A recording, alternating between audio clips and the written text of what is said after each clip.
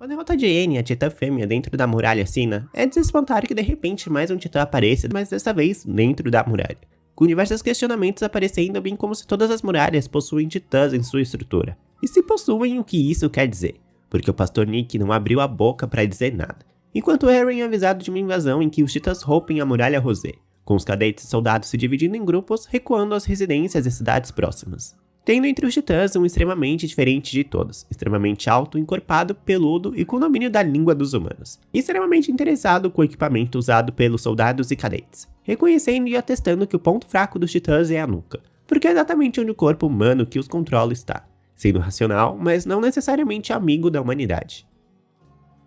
É bastante renovador seguirmos com a história de outra pessoa que não Armin, Mikasa ou Eren, e sim darmos lugar e chance de conhecermos outros recrutas, como por exemplo Sasha, que não possui uma narrativa como a de Eren ou mesmo Mikasa, mas ainda extremamente interessante. Ainda não entendendo o conceito de precisar se adaptar e depender dos outros, o que faz sentido, quando estamos falando de seu próprio mundinho dentro de sua vila e território que está diminuindo cada vez mais, com cada vez menos alimentos pelos ataques dos titãs, mas também refugiados desse ataque. Voltando e encontrando sua cidade sobre um layout completamente diferente e uma nova perspectiva de como as coisas devem funcionar, salvando uma garotinha de um titã que está devorando a perna de sua mãe, que por sua condição física, ninguém ali da cidade se importou em ajudá-las. Exatamente o que Sasha pensava. Mas agora sob uma perspectiva completamente diferente que não existe outra alternativa a não ser depender dos outros, sendo salva a garotinha por ela e ela por ninguém menos que o seu pai.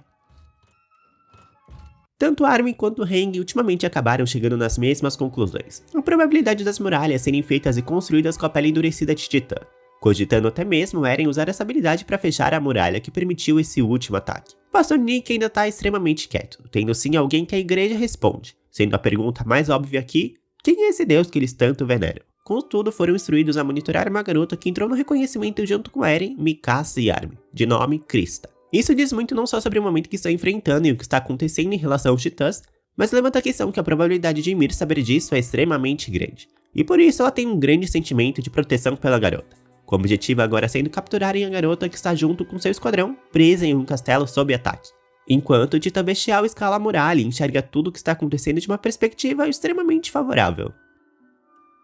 Sendo a situação agora extremamente contrária ao que tivemos na primeira temporada. É basicamente como se os titãs estivessem atacando a humanidade objetivamente, se vingando pela primeira temporada, com o esquadrão de apoio até agora tomando protagonismo em uma corrida contra o tempo pela sobrevivência e quem irá sobreviver mais. Porque obviamente a vantagem não tá com eles, começando pelo maior erro que poderiam cometer, que é não estarem com equipamento, precisando depender dos seus veteranos, que sim são extraordinários, mas não são invencíveis, principalmente quando lidam com titãs, mais especificamente o titã bestial, que preveu estrategicamente esse cenário os encurralando. Contudo, se não fosse esse o cenário, de forma nenhuma teríamos a motivação necessária para chegarmos nesse momento.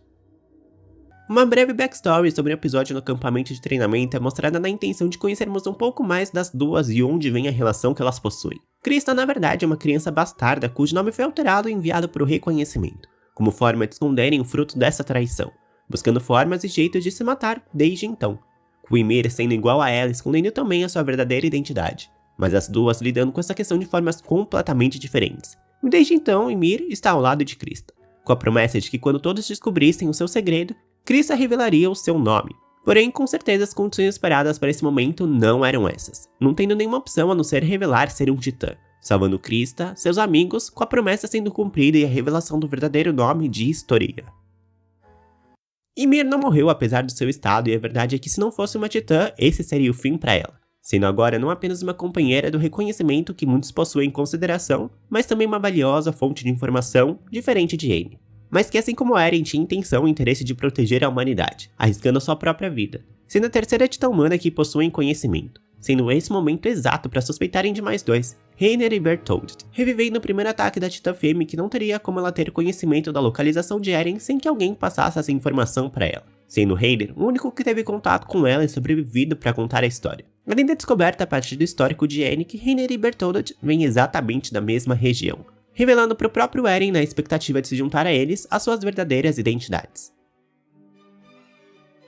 E o combate era inevitável, principalmente depois de tudo que Eren passou com a titã fêmea. E não apenas isso, os considerando até pouco tempo como seus amigos e até mesmo o irmão em Reiner. E toda essa situação evoca inúmeras emoções diferentes, que são traduzidas em apenas uma. A ira. A ira de toda uma humanidade que um dia foram vítimas novamente do ataque dos titãs, depois de um intervalo de mais de 100 anos. Em questão de luta de corpo, o titã colossal só é amedrontador em tamanho mesmo, sendo esse refletido na sua velocidade e sendo um alvo fácil se não fosse o seu método de defesa.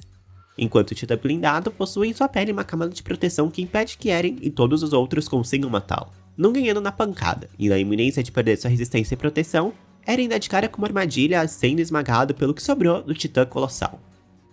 Sendo por fim levado junto com Ymir, Bertholdt e o titã blindado como era a intenção desde o começo. E a derrota está estampada nos rostos, principalmente dos amigos como Armin e Mikasa, relembrando o momento de quando eram mais novos. Sempre limpando as bagunças que Eren se colocava, nunca sendo bom de briga, mas sempre se enfiando em qualquer que fosse para defender seus amigos. Percebendo que não importa quanto tempo passe, Eren está de certa forma sempre fugindo deles, e eles correndo atrás para recuperá-lo, quase como se estivessem estafados dessa dinâmica e dessa relação entre eles, sendo, imagino eu, bastante cansativo.